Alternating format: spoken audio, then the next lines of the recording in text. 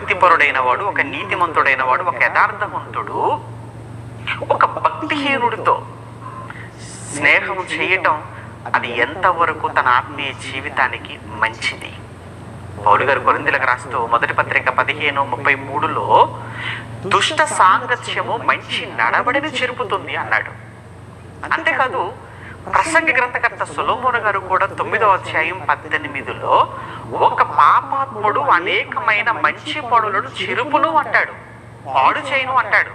అంటే ఒక్కడు చాలండి అనేకమైనటువంటి మంచి పనులు పాడు చేయటానికి.